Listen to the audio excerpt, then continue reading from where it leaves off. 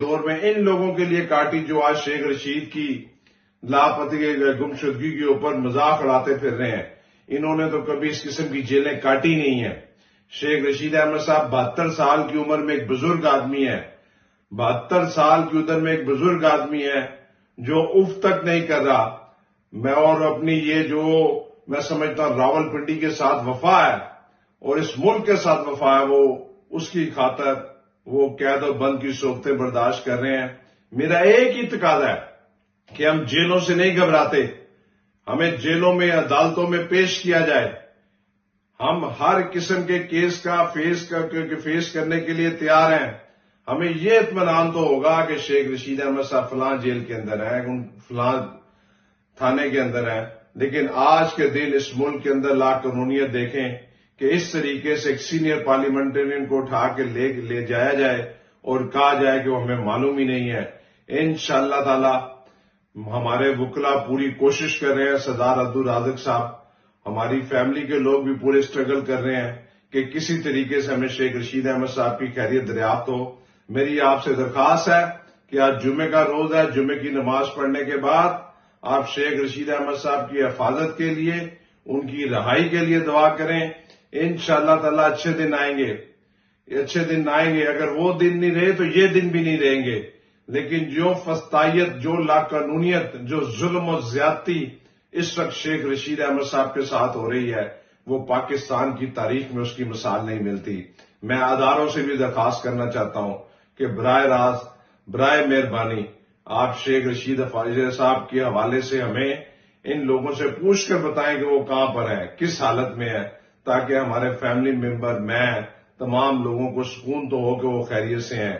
انشاءاللہ تعالی سوار کے روز ہائی کورٹ نے اگر کوئی فیصلہ دیا، انشاءاللہ تعالی ضرور وہ ایک ایسا تاریخی فیصلہ دیں گے شیخ رشید صاحب کے حوالے سے.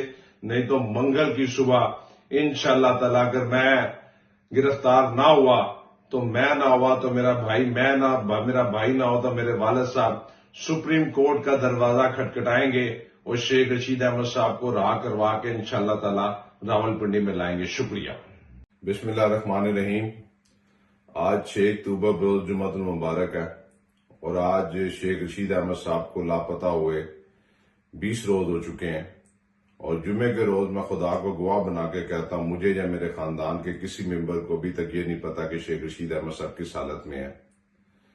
اور اس ملک میں یہ سمجھتا ہوں کہ ایک بہت بڑی زیادتی ہے کہ ایک پاکستان کا سب سے سینئر پارلیمنٹرین جس کی عمر 72 سال ہے، جس نے ساری زندگی اس ملک و قوم کی خدمت کی ہے، جس نے ساری زندگی اس اداروں کا احترام کیا ہے، اس نے ساری زندگی پاکستان کی سالمیت کی بات کی ہے، اس نے ختم نبوت کے مجاہد ہونے کا ثبوت پیش کیا ہے، اس نے راول پنڈی کی بیٹیوں کو تعلیم کے زیور سے روشن کیا ہے. ہاں، اس کا ایک قصور یہ ہے کہ آج اس کی شہر یا اس ملک میں بڑی کوئی ہاؤسنگ سوسائٹی نہیں ہے، وہ منی لانڈر نہیں ہے، وہ قبضہ گروپ نہیں ہے، وہ منشیات فروش نہیں ہے، وہ غریب ماں باپ کی اولاد، سیلف میڈ آدمی جو محنت کر کے آج اس مقام پر پہنچا کہ 20 روز ہو چکے ہیں. شیخ رشید احمد صاحب کا کچھ نہیں پتا. سوار کے روز راول پنڈی ہائی کورٹ میں ہماری درخواست کا فیصلہ ہونا ہے.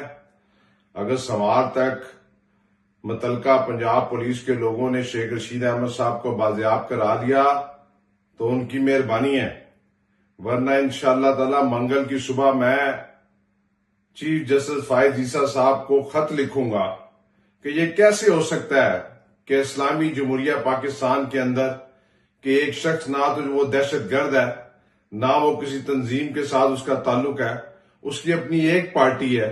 اور ساری زندگی میں کل رات شیخ رشید احمد صاحب کا سوشل میڈیا کا اکاؤنٹ اور ٹویٹر کو دیکھ رہا تھا.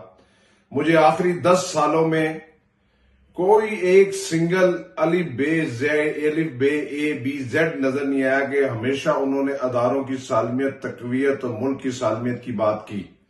سیاست ضرور کی، سیاستدان کا کرنا حق ہوتا ہے. اور میں پہلے دن سے کہہ رہا ہوں کہ اگر ان کے اوپر کوئی کیس نہیں ہے، لیکن اب میں کہتا ہوں کہ ان کو کسی بھی تھانے میں پیش کر دیا جائے. کسی بھی عدالت کے اندر پیش کر دیا جائے تاکہ ہمیں یہ اطمینان تو ہو کہ شیخ رشید احمد صاحب خیریت سے ہیں.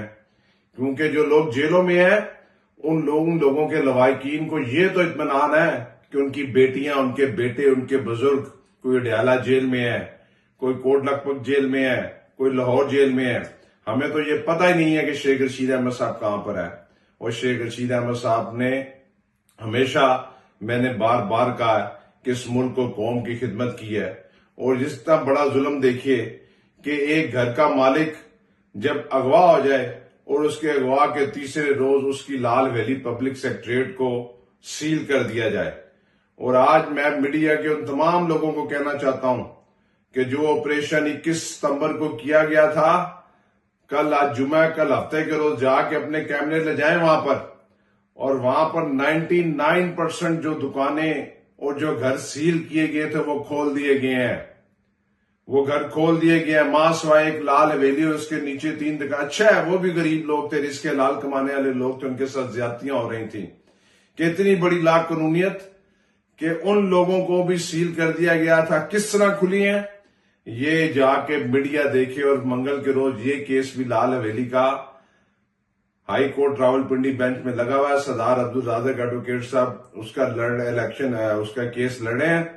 یہ کیسے ہو سکتا ہے کہ یہ کہتے تھے کہ لال حویلی کی بیک سائڈ پر، اور لال حویلی کی بیک سائڈ پر جتنی پراپرٹی ہے وہ محکمہ اوقاف کی ہے، اور اس کے فرنٹ کے اوپر لال حویلی کا جو فرنٹ ہے وہ آپ کے سامنے ہے، اور ارد گرد کی ساری چیزیں حلال ہو گئی ہیں اور لال حویلی حرام ہوگی. اللہ تعالیٰ ہمیں بھی عزت دے گا، لال حویلی بھی کھلے گی، شیخ رشید احمد صاحب بھی باعزت بری ہوں گے. 30 سال بعد جب ایک وہ کیس، جب شیخ رشید احمد صاحب کو روزنامہ قدرت کی ویڈیو دیکھنے کے لیے ابھی یوٹیوب چینل پہ سبسکرائب کریں اور بیل آئیکن پر بھی کلک کریں.